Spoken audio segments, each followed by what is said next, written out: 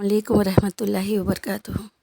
الحمدللہ، اللہ تعالیٰ نے رمضان کا مہینہ رحمت و برکت والا مہینہ اللہ تعالیٰ نے گزارا، اللہ اس میں ہماری مغفرت کر دیے ہو، اللہ ہر مومن مومنات کی مغفرت ہو گئی ہو۔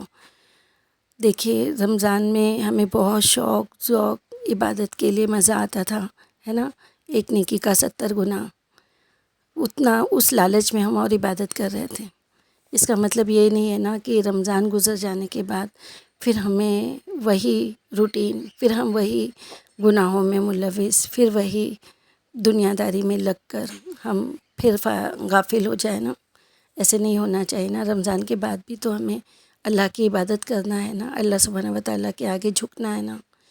آج مجھے بہت دکھ ہوا جب میرے شوہر نماز سے آئے، تب بھی بتایا فجر کی نماز میں آج عید کا دوسرا دن ہے اور آج آدھی صف تھی نماز میں، فجر کی نماز میں آدھی صف، اللہ اکبر۔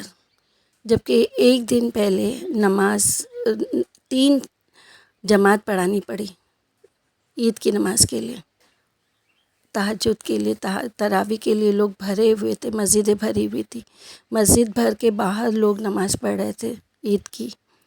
ایک دن میں ایسا کیا ہو گیا نا کہ ہم سب سو گئے، پھر آدھی صف، ایک صف بھی نماز کے لیے نہیں، اللہ اکبر۔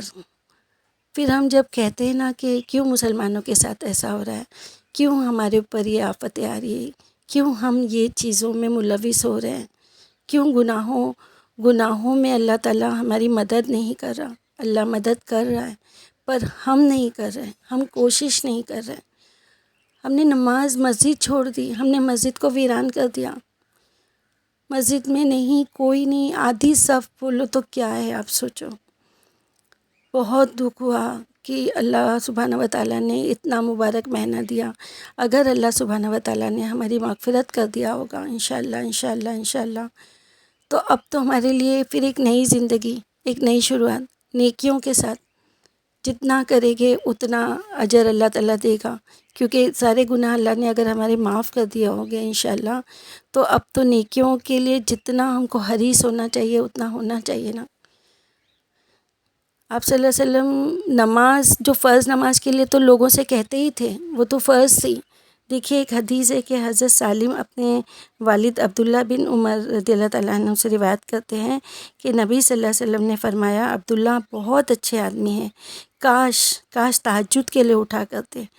تو سالم رضی اللہ تعالیٰ عنہ کہتے ہیں کہ آپ صلی اللہ علیہ وسلم کے فرمانے کے بعد والد کا یہ حال ہوا کہ رات میں تھوڑی دیر کے لیے بھی نہیں سوتے تھے۔ اللہ اکبر، سبحان اللہ۔ اتنا آپ صلی اللہ علیہ وسلم کی باتیں صحابہ کے لیے امپورٹنٹ ہوتی تھی کہ تہجد کے لیے انہوں نے کہا تو انہوں نے کتنا اس کے لیے فرما برداری دکھائی۔ اور ہم لوگ کیا کر رہے ہیں؟ جیسے ہی رمضان گزر گیا ہم ایڑی کے بل پلٹ گئے۔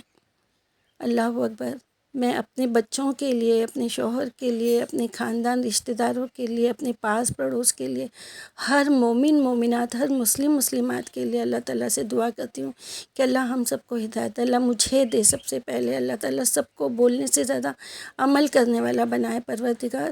لیکن دکھ ہوتا ہے جب ہمارے دل میں یہ چیز کا دکھ پہنچے گا، جب ہمیں اس چیز کی تکلیف ہوگی تو ہم ہمارے بچوں سے کہیں گے نا، ہمارے بچوں کو، ہمارے شوہر کو، مہربانی کر کے جو بچے سن رہے ہیں وہ مسجدوں میں جائیں، نماز ادا کریں، اور جو ماں باپ سن رہے ہیں وہ اپنے بچوں کو بھیجیں، جو بیوی سن رہی ہے وہ اپنے شوہر کو بھیجیں۔ اللہ تعالیٰ ہمارے بچوں کو ہدایت دیں۔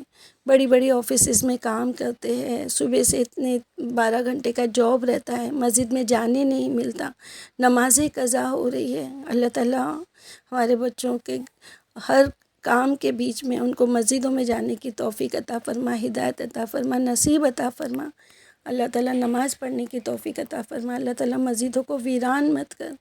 اللہ تعالیٰ سے ہدایت، اللہ تعالیٰ ہدایت کی دعا مانگے، اللہ ہم سب کو ہدایت دے، مسجدوں کو آباد کریے۔ بس آج میرا صرف یہی مقصد تھا، اسی دعا کے ساتھ کہ اللہ تعالیٰ ہم سب کو دین پہ چلنے والا، اللہ کی راہ پہ چلنے والا، نماز پڑھنے والا، مسجدوں کو آباد کرنے والا بنا دے۔ آمین یا رب العالمین۔ السلام علیکم ورحمۃ اللہ وبرکاتہ۔